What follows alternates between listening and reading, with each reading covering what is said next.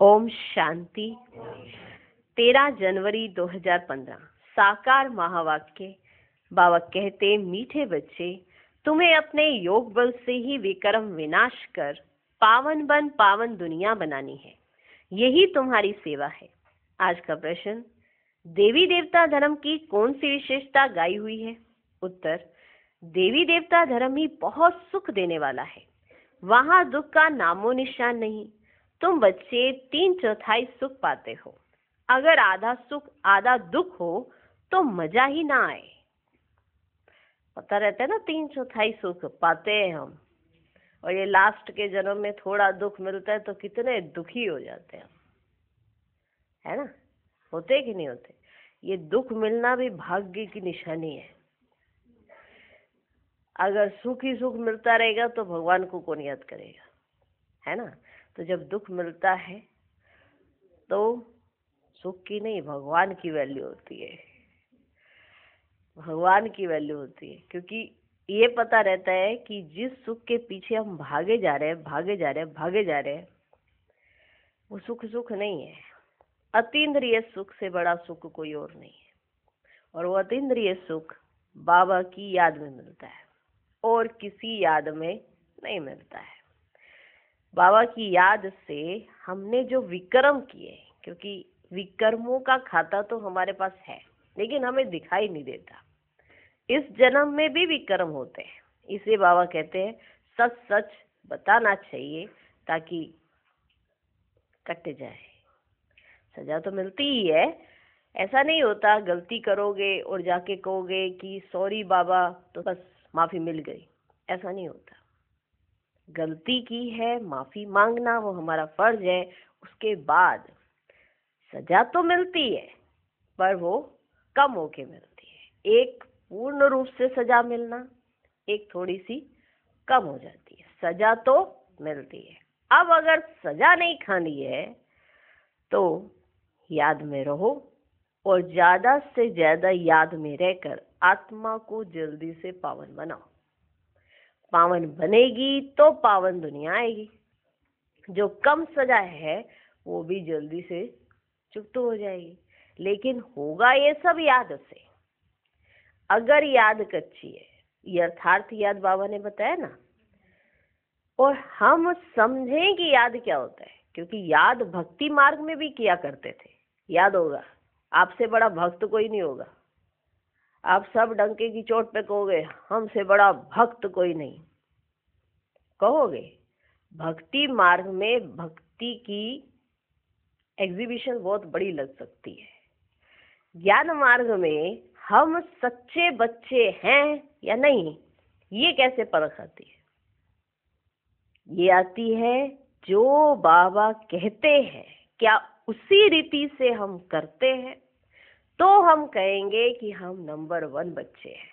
हर भक्त यही कहेगा कि मुझसे बड़ा भक्त कोई नहीं है, पर भक्त ये कहेगा, पर ये पहचान भक्ति की भगवान आके देगा कि तुमने सच में भक्ति नंबर 1 की कि नहीं की।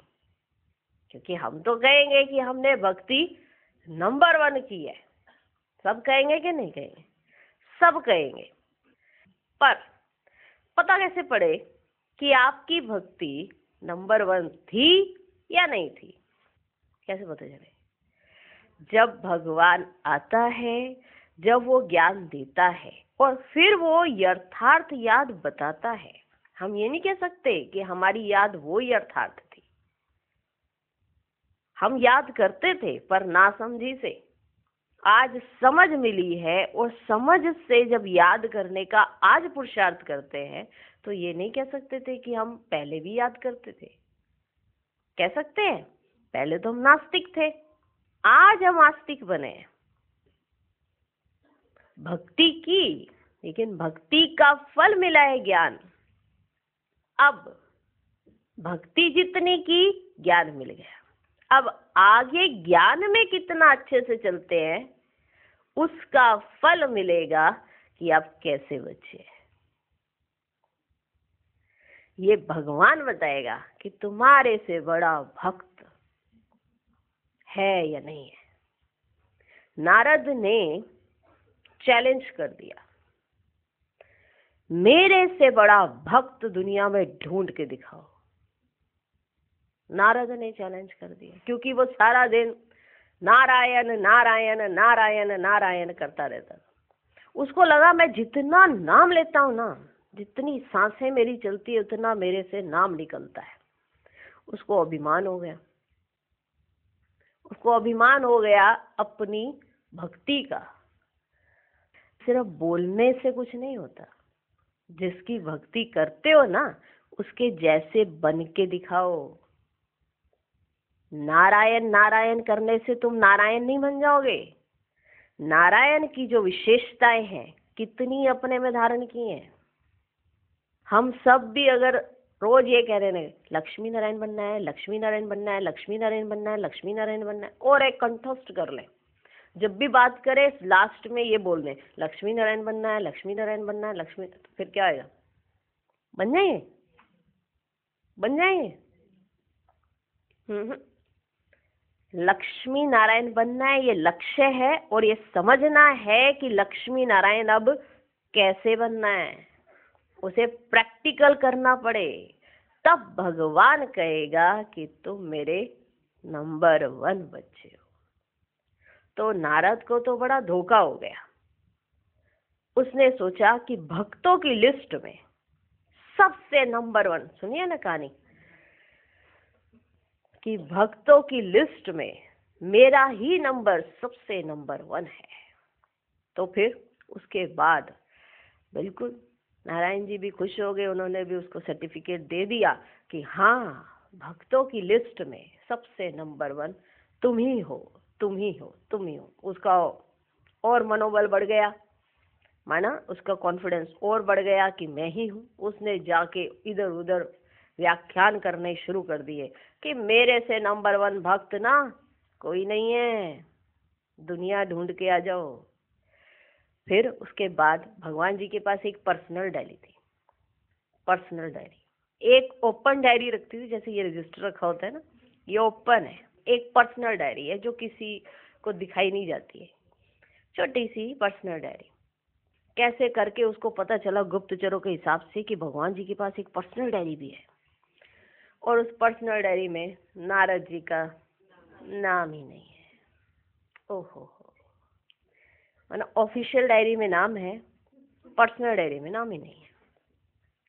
तो फिर नारद जी को समझ आया कि ये भक्ति से, माना जो मैंने अपने अंदर अहंकार पैदा कर लिया है, वो अहंकार मेरा सत्यानाश कर रहा है।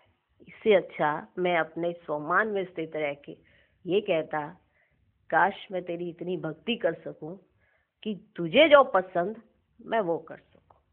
तो हम बच्चे भी कई बार इस अभिमान में आ जाते हैं कि बाबा हमारे लिए सब करे, और हम अगर करे ना करे तो क्या हुआ, बच्चे तो है ना।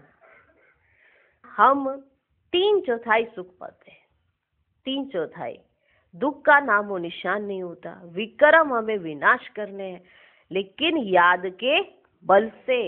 अगर याद नहीं तो कुछ नहीं, और याद करते हैं पर इसका अहंकार मत रखना।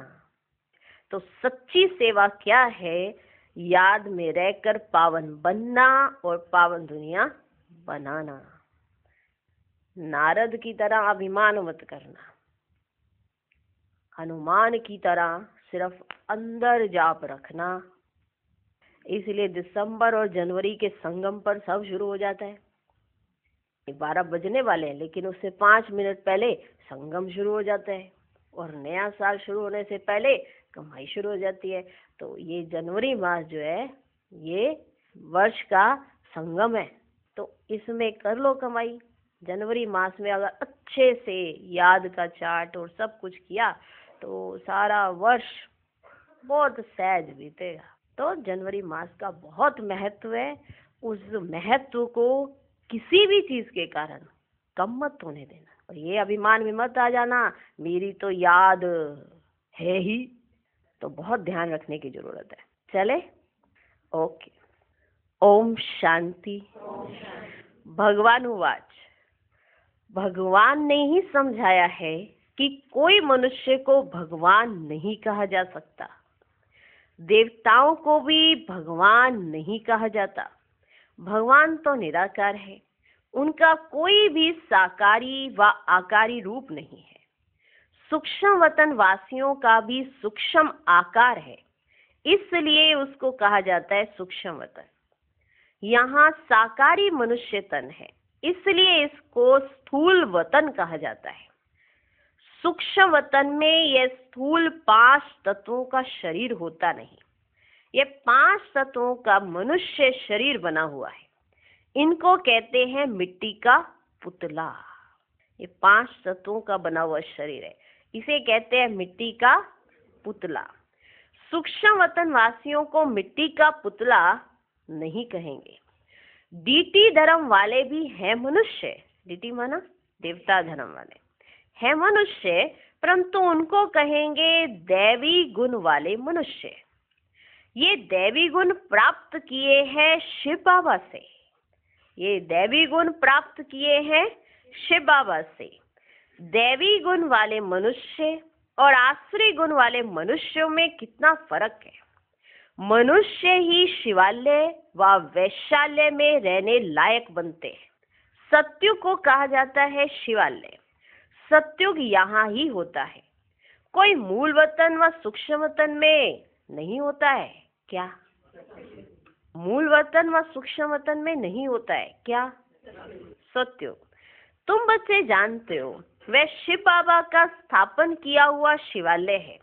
कब स्थापन किया? कब स्थापन किया? संगम पर। ये पुरुषोत्तम युग है। अभी ये दुनिया है पतित तमो प्रधान, इसको सतो प्रधान नई दुनिया नहीं कहेंगे। नई दुनिया को सतो प्रधान कहा जाता है। वही फिर जब पुरानी बनती है तो उसको तमो प्रधान कहा जाता है। फिर सतो प्रधान कैसे बनती है? फिर सतो प्रधान कैसे बनती है? तुम बच्चों के योग बल से। देखा, ये है बाप का प्यार। बच्चों को ही आगे रखते हैं। आप योग लगाते हो ना, तो योग का भी वो महत्व रखते हैं। ये दुनिया सतो प्रधान कैसे बनती है? तुम बच्चों के योग बल से। योग बल से तुम्हारे विकर्म विनाश होते हैं और तुम पवित्र बन जाते हो। पवित्र बनने के लिए तो फिर जरूर पवित्र दुनिया चाहिए। पवित्र के लिए तो जरूर पवित्र दुनिया चाहिए। नई दुनिया को पवित्र, पुरानी दुनिया को अपवित्र कहा जाता है। पवित्र दुनिया बाप स्थापन करते हैं, पतित दुनिया रावण स्थापन करते हैं। ये बातें कोई मनुष्य नहीं जानते। ये 5 विकार ना हो तो मनुष्य दुखी होकर बाप को याद क्यों करे?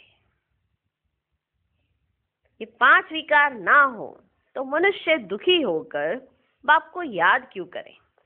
बाप कहते हैं मैं हूं ही दुख हरता सुख करता, मैं हूं ही दुख हरता सुख करता। रावण का 5 विकारों का पुतला बना दिया है, 10 शीश का। देखो, बाप है दुख हरता सुख करता, लेकिन मनुष्य कहते हैं वही दुख देते हैं वही सुख देते हैं। ये गलत है। हम अपने कर्मों परमान दुख पाते हैं, लेकिन बाप ये नहीं देख सकते कि तुम कर्मों परमान दुख पाओ। वो फिर भी आते हैं तुमको समझाने कि तुम श्रेष्ठ कर्म कैसे कर सकते हो। इसलिए बाबा हमें श्रेष्ठ कर्म करना सिखलाते हैं। दुख नहीं देते हैं, दुखों को हरते हैं। इसलिए उन्हें कहा जाता है दुख हरता सुख करता। रावण का 5 विकारों का पुतला बना दिया है, 10 शीश का। उस रावण को दुश्मन समझकर जलाते हैं। सो भी ऐसे नहीं कि द्वापर आदि से ही जलाना शुरू करते हैं। ऐसे नहीं होता कि द्वापर शुरू हुआ, पुतला खड़ा किया और जला दिया। नहीं, जब तमो प्रधान बनते हैं तब कोई मत मतांतर वाले बैठ ये नई बातें निकालते हैं। ठीक है, जब तमो प्रधान बनते हैं तब कोई मत मतांतर वाले बैठकर ये नई नई बातें निकालते हैं। जैसे कि रावण की भी पूजा होती है, मालूम है आपको? रावण तो शाम को जलता है, सुबह उसकी पूजा कर रहे होते हैं। तो रावण के पुजारी आखिरकार अंदर क्या डाल रहे हैं? कि गलतियां करे जाओ और लास्ट में बोल दो आई एम सॉरी, बस काम खत्म हो जाता है। क्या दिक्कत है? रावण ने भी यही किया। जैसे ही मरने लगा, हे राम, बस हो गया कल्याण। हर चीज की थ्योरी लास्ट में तो यही है कि ड्रामा कल्याणकारी है, लेकिन ये नहीं है कि गलतियां करे जाओ और लास्ट में कह दो ये तो ड्रामा था, ये तो ड्रामा था, क्या कर सकते हैं। तो किन्होंने बैठकर बनाया, फिर उसके बाद आज का मनुष्य क्या कर रहा है? आज का मनुष्य रावण को विद्वान, पंडित और अक्लमंद समझकर आज का मनुष्य सुबह उसकी पूजा करता है और शाम को उसको जलाता है। तो ये कितनी अंधश्रद्धा है कि आज का मनुष्य रावण का शिकार है। रावण कोई व्यक्ति नहीं था, ये मनुष्य है आज का, जिसके अंदर विकारों रूपी रावण बैठा ही हुआ है। और राम हमें शिक्षा दे रहा है कि इसे निकालो, इसको जीतो, ये तुम्हारे ऊपर राज्य कर रहा है। तब जाके समझ आती है। जब तमो प्रधान बनते तब कोई मत मतांतर वाले बैठ ये नई बातें निकालते। जब कोई बहुत दुख देते हैं तब उनका एफिजी बनाते हैं, मालूम है ना? तो एफिजी बनाई जाती है, पुतला बनाया जाता है। तो यहाँ भी मनुष्यों को जब बहुत दुख मिलता है तब ये रावण का बुत बनाकर जलाते हैं। ऐसा कोई व्यक्ति रावण नहीं है, ये बुत बनाया जाता है, विकारों का सिंबल। तुम बच्चों को 3/4 सुख रहता है, अगर आधा दुख हो तो वह मजा ही क्या रहा। बाप कहते हैं तुम्हारा ये देवी देवता धर्म बहुत सुख देने वाला है। सृष्टि तो अनादि बनी हुई है, ये कोई पूछ ही नहीं सकता कि सृष्टि क्यों बनी, फिर कब पूरी होगी। यह चक्र फिरता ही रहता है। शास्त्रों में कल्प की आयु लाखों वर्ष लगा दिए। जरूर संगम युग भी होगा जबकि सृष्टि बदलेगी। जरूर संगम युग भी होगा जब सृष्टि बदलेगी। अभी जैसे तुम फील करते हो ऐसे और कोई समझते नहीं। किसी बाहर वाले को अगर ऐसा समझाने लगोगे तो वो कोई समझेंगे नहीं। इतना भी नहीं समझते, बचपन में राधे कृष्ण नाम है, फिर स्वयंवर होता है। दोनों अलग अलग राजधानी के हैं, फिर उनका स्वयंवर होता है तो लक्ष्मी नारायण बनते हैं। ये सब बातें बाप समझाते हैं, क्योंकि जहां जहां गलतियां हुई उन गलतियों के कारण बहुत बड़े किस्से बन गए, बहुत बड़े किस्से बन गए। इसलिए बाबा उन गलतियों पर बताते कि सही क्या है, सही क्या है और रॉन्ग क्या है। तो ये सब बातें बाप बैठकर समझाते हैं। बाप ही नॉलेजफुल है, ऐसे नहीं कि वे जानी जाननहार है। अब तुम बच्चे समझते हो, बाप तो आकर नॉलेज देते हैं। नॉलेज पाठशाला में मिलती है। पाठशाला में एम ऑब्जेक्ट तो जरूर होनी चाहिए। अभी तुम पढ़ रहे हो, छी छी दुनिया में राज्य नहीं कर सकते। राज्य करेंगे गुलगुल दुनिया में। छी छी दुनिया में राज्य करना है नहीं, 2 मिनट में उतार देंगे। कहाँ चले हो राजा बनने हैं, बाकी आएंगे उतार के बैठा देंगे। छी छी दुनिया में राज्य नहीं कर सकते, राज्य करेंगे गुलगुल दुनिया में। राजयोग कोई सत्युग में थोड़ी सिखलाएंगे, संगम युग पर ही बाप राजयोग सिखलाते हैं। ये बेहद की बात है। बाप कब आते हैं किसको भी पता नहीं, घोर अंधियारे में। ज्ञान सूर्य नाम से जापान में वो लोग अपने को सूर्यवंशी कहलाते हैं। वास्तव में सूर्यवंशी तो देवताएं ठहरे। सूर्यवंशियों का राज्य सतयुग में ही था। गाया भी जाता है ज्ञान सूर्य प्रगटा, अज्ञान अंधेर विनाश। तो भक्ति मार्ग का अंधियारा विनाश। नई दुनिया सो पुरानी दुनिया, पुरानी दुनिया सो फिर नई दुनिया होती है। ये बेहद का बड़ा घर है, कितना बड़ा मांडवा है। सूर्य चांद सितारे कितना काम देते हैं। रात्रि को बहुत काम चलता है, रात्रि को बहुत काम चलता है। ऐसे भी कई राजा लोग हैं जो दिन को सो जाते, रात को अपनी समाधि लगाते हैं, खरीदारी करते हैं। ये अभी तक भी कहां कहां चलता है। मिल्स आदि भी रात को चलती है, मिल्स भी रात को चलती है। यह है हद के दिन रात और वह है फिर बेहद की बात। ये बातें सिवाय तुम्हारे और किसकी बुद्धि में ही नहीं है। शिव बाबा को भी जानते ही नहीं है। बाप हर बात समझाते रहते हैं। ब्रह्मा के लिए भी समझाया है, प्रजापिता ब्रह्मा है। बाप जब सृष्टि रचते हैं तो जरूर किसमें प्रवेश करेंगे। पावन मनुष्य तो होते ही हैं सतयुग में। कलयुग में तो सब विकार से पैदा होते हैं, इसलिए पतित कहा जाता है। मनुष्य कहेंगे विकार बिगड़ सृष्टि कैसे चलेगी। अरे देवताओं को तुम कहते हो संपूर्ण निर्विकारी। कितनी शुद्धता से उन्हों के मंदिर बनाते ना, कितनी शुद्धता से उन्हों के मंदिर बनाते हैं। ब्राह्मण बिगर कोई को अंदर अलाउ नहीं करेंगे, है ना, इतनी शुद्धता रहती है। ऐसे नहीं कि कोई भी जाए और मूर्तियों को टच कर सकता है, नहीं, ब्राह्मण बिगर कोई को भी अलाउ नहीं करेंगे।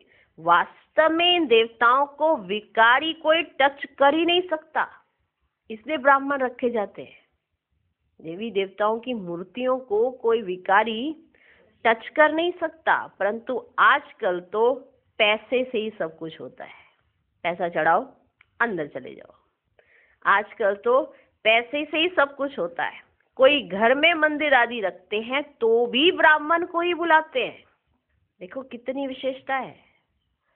वो कब की विशेषता है कि संगम पर आप ब्राह्मणों ने ऐसा कार्य किया है, तो द्वापर से जब ब्राह्मणों का वो चलता है रस्मो रिवाज, तो आज दिन तक भी आप देख रहे हो कैसे चलता है। कोई घर में भी मंदिर आदि रखते हैं तो भी ब्राह्मण को ही बुलाते हैं। अब विकारी तो वह ब्राह्मण भी है, सिर्फ नाम ब्राह्मण है। विकार में तो ब्राह्मण भी जाते, लेकिन नाम उनका जो है वो ब्राह्मण है। ये तो दुनिया ही विकारी है, तो पूजा भी विकारियों से होती है। निर्विकारी कहाँ से आए? निर्विकारी होते ही हैं सतयुग में। ऐसे नहीं कि जो विकार में नहीं जाते उनको निर्विकारी कहेंगे। शरीर तो फिर भी विकार से ही पैदा हुआ ना।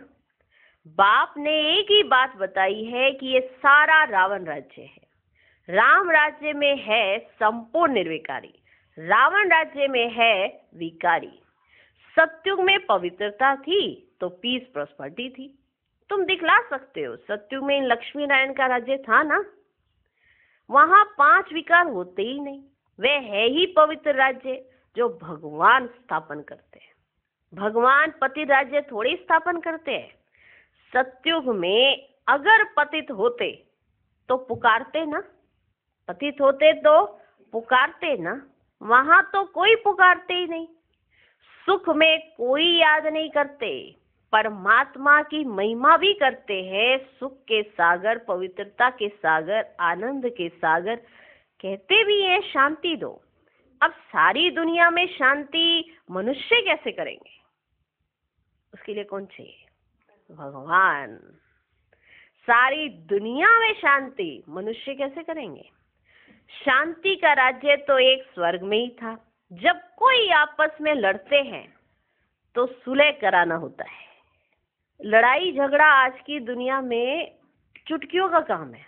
मेहनत लगती है तो सुलह कराने में, माना बुद्धि का परिवर्तन कराना बड़ी मेहनत लगती है कि नहीं लगती है? माना एक बार बुद्धि में कोई बात बैठ जाती है तो उसको निकालने के लिए मेहनत लगती है। देख रहे हो ना बाबा की कितनी मेहनत लग रही है, दिख रही है कि नहीं? हमारी बुद्धि में रावण की इतनी बातें बैठी हुई हैं कि आज अगर बाबा कहते हैं रावण को छोड़कर मेरे पास हो जाओ तो भी सोचने लग जाते हैं बाबा ने ही तो कहा था दोनों तरफ तोड़ नहीं मारना है। पूरे विश्व की कराओ सुलह, क्योंकि बहुत अगड़म बगड़म है, इतनी इतनी गलत फहमी है, पूरा जीवन बीत जाता है और गलत फहमियों का दौर ही खत्म नहीं होता। तो जब कोई आपस में लड़ते हैं तो सुलह कराना होता है। वहां तो है ही एक राज्य। बाप कहते इस पुरानी दुनिया को ही अब खत्म होना है। इस महाभारत लड़ाई में सब विनाश होते हैं। विनाश काले विपरीत बुद्धि, अक्षर भी लिखा हुआ है। बरोबर पांडव तो तुम हो ना, तुम हो रूहानी पंडे, सबको मुक्ति धाम का रास्ता बताते हो। वह है आत्माओं का घर शांति धाम, यह है दुख धाम। अब बाप कहते इस दुख धाम को देखते हुए भी भूल जाओ, बस अभी तो हमको शांति धाम में जाना है। यह आत्मा कहती है, आत्मा रियलाइज करती है क्या करती है? रियलाइज करती है। आत्मा को स्मृति आई है कि मैं आत्मा हूँ। बाप कहते हैं मैं जो हूँ जैसा हूँ और तो कोई समझ ना सके, तुमको ही समझाया है मैं बिंदी हूँ। तुम्हें ये घड़ी घड़ी बुद्धि में रहना चाहिए कि हमने 84 का चक्र कैसे लगाया है। इसमें बाप भी याद आएगा, घर भी याद आएगा, चक्र भी याद आएगा। इस वर्ल्ड की हिस्ट्री ज्योग्राफी को तुम ही जानते हो, कितने खंड हैं, कितनी लड़ाई आदि लगी। सत्युग में लड़ाई आदि की तो कोई बात ही नहीं है। सत्युग में कोई लड़ता नहीं है। कहाँ राम राज्य, कहाँ रावण राज्य। बाप कहते हैं अभी तुम जैसे कि ईश्वरीय राज्य में हो, क्योंकि ईश्वर यहाँ आया है राज्य स्थापन करने। ईश्वर खुद तो राज्य करते नहीं, खुद राजाई लेते नहीं, निष्काम सेवा करते हैं। कैसी सेवा? निष्काम सेवा करते हैं। ऊंच से ऊंच भगवान है सब आत्माओं का बाप। बाबा कहने से एकदम खुशी का पारा चढ़ना चाहिए। क्या चढ़ना चाहिए? खुशी का पारा। अतीन्द्रिय सुख तुम्हारी अंतिम अवस्था का गाया हुआ है। जब इम्तिहान के दिन नजदीक आते हैं उस समय सब साक्षात्कार होते हैं। अतीन्द्रिय सुख भी बच्चों को नंबरवार है पर नंबरवार है। कोई तो बाप की याद में बड़ी खुशी में रहते हैं। तुम बच्चों को सारा दिन यही फीलिंग रहे कि ओहो बाबा आपने हमें क्या से क्या बना दिया, ओहो बाबा आपने हमें क्या से क्या बना दिया। ये बात याद रहनी चाहिए कि हम पहले क्या थे और आज क्या बने। बाबा के मिलने के बाद बने हैं हम अच्छे। बाबा के मिलने से पहले हम अच्छे नहीं थे। और अगर हम यही सोचते रहे हम तो शुरू से ही अच्छे थे, अच्छे हैं, तो आज जो परिवर्तन हो रहा है उसको देख नहीं पाएंगे, नजर ही नहीं आएगा ना। ठीक है, समझे? तुम बच्चों को सारा दिन यही फीलिंग रहे कि ओहो बाबा आपने हमें क्या से क्या बना दिया, आपसे कितना ना हमें सुख मिलता है। बाप को याद करते प्रेम के आंसू आ जाते। कमाल है, आप आकर के हमको दुख से छुड़ाते हो, विषय सागर से क्षीर सागर में ले चलते हो। सारा दिन यही फीलिंग रहनी चाहिए। बाप जिस समय तुमको याद दिलाते हैं तो तुम कितने गदगद होते हो। शिव बाबा हमको राजयोग सिखला रहे हैं। बरोबर शिवरात्रि भी मनाई जाती है, परंतु मनुष्यों ने शिव बाबा के बदले श्री कृष्ण का नाम गीता में दे दिया है। ये बड़े ते बड़ी एक भूल है। नंबर 1 गीता में भी भूल कर दी है। ड्रामा ही ऐसा बना हुआ है। बाप आकर ये भूल बताते हैं कि पतित पावन मैं हूँ व श्री कृष्ण। तुमको मैंने राजयोग सिखलाए, मनुष्य से देवता बनाया, गायन भी मेरा है ना। अकाल मूरत अजूनी सैब। श्री कृष्ण की यह महिमा थोड़ी ही कर सकते, वे तो पुनर्जन्म में आने वाला है। तुम बच्चों में भी नंबरवार है जिनकी बुद्धि में ये सब बातें रहती है। ज्ञान के साथ चलन भी अच्छी चाहिए। ज्ञान आ गया लेकिन चलन भी अच्छी चाहिए। माया भी कोई कम नहीं।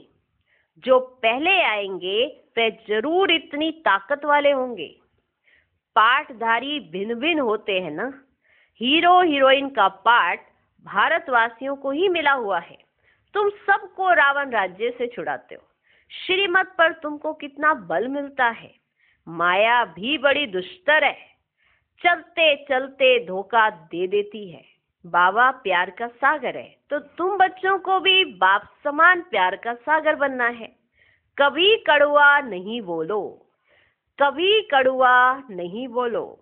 किसको दुख देंगे तो दुखी होकर मरेंगे, किसको दुख देंगे तो दुखी होकर मरेंगे। ये आदतें सब मिटानी चाहिए।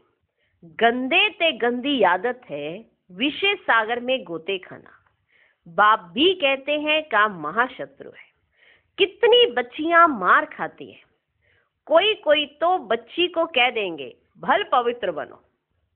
कोई कोई अपनी बच्ची को कह देते हैं भल पवित्र बनो। अरे पहले खुद तो पवित्र बनो। बच्ची दे दी, खर्चे आदि के बोझ से और ही छूटा। क्योंकि समझते हैं पता नहीं इनकी तकदीर में क्या है, घर भी कोई सुखी मिले या ना मिले, चलो जाओ पवित्र बनो।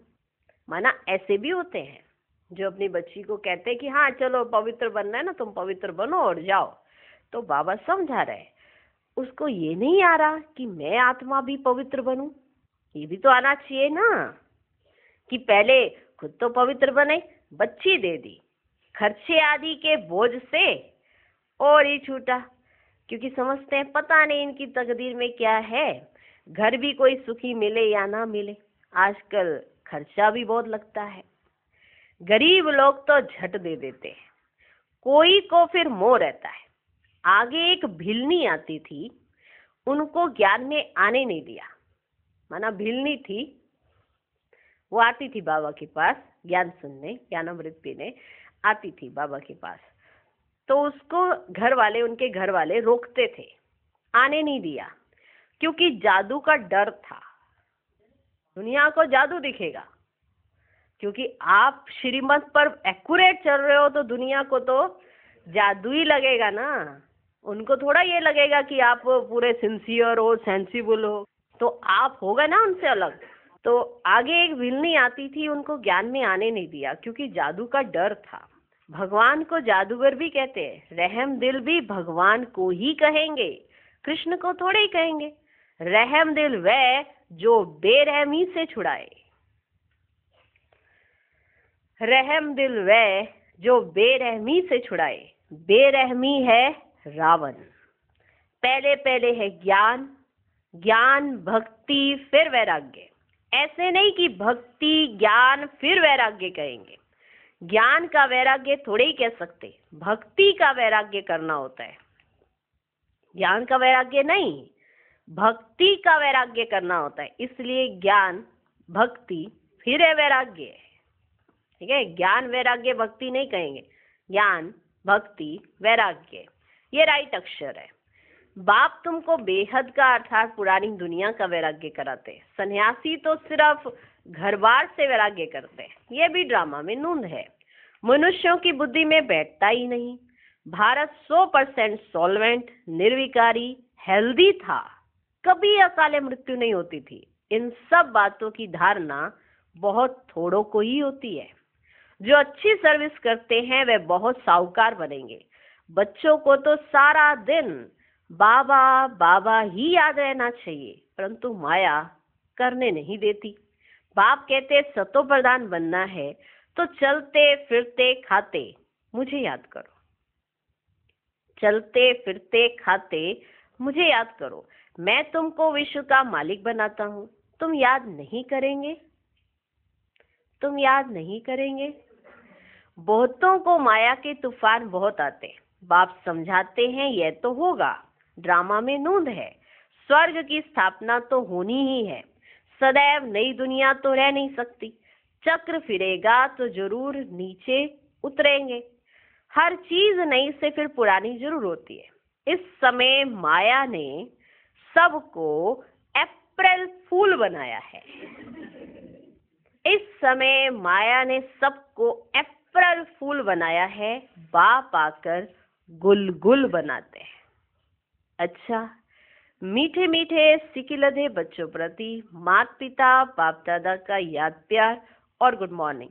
रूहानी बाप की रूहानी बच्चों को नमस्ते, हम रूहानी बच्चों की भी रूहानी बाप को नमस्ते नमस्ते नमस्ते, good morning good morning good morning. धारणा के लिए मुख्य सार, पहला पॉइंट, बाप समान प्यार का सागर बनना है, कभी किसी को दुख नहीं देना है, कड़वे बोल नहीं बोलने हैं, गंदी आदतें मिटा देनी है। दूसरा पॉइंट, बाबा से मीठी मीठी बातें करते इसी फीलिंग में रहना है कि ओहो बाबा, आपने हमें क्या सी क्या बना दिया, आपने हमें कितना सुख दिया है, बाबा आप क्षीर सागर में ले चलते हो, सारा दिन बाबा बाबा बाबा याद रहे। आज का वरदान, मास्टर रचयिता की स्टेज द्वारा आपदाओं में भी मनोरंजन का अनुभव करने वाले संपूर्ण योगी भव। मास्टर रचयिता की स्टेज पर स्थित रहने से बड़ी आपदा एक मनोरंजन का दृश्य अनुभव होगी।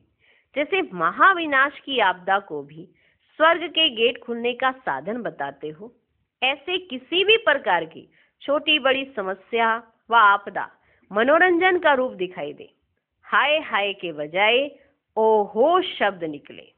दुख भी सुख के रूप में अनुभव हो, दुख सुख की नॉलेज होते हुए भी उसके प्रभाव में ना आए, दुख को भी बलिहारी सुख के दिन आने की समझे, तब कहेंगे संपूर्ण योगी।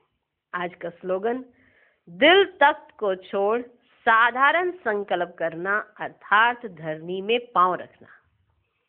अव्यक्त स्थिति का अनुभव करने के लिए विशेष होमवर्क, अभ्यास करो कि स्थूल देह में प्रवेश कर कर्मेंद्रियों से कार्य कर रहे हैं। जब चाहे प्रवेश करो और जब चाहे न्यारे हो जाओ। 1 सेकंड में धारण करो और 1 सेकंड में देह के भान को छोड़ देही बन जाओ।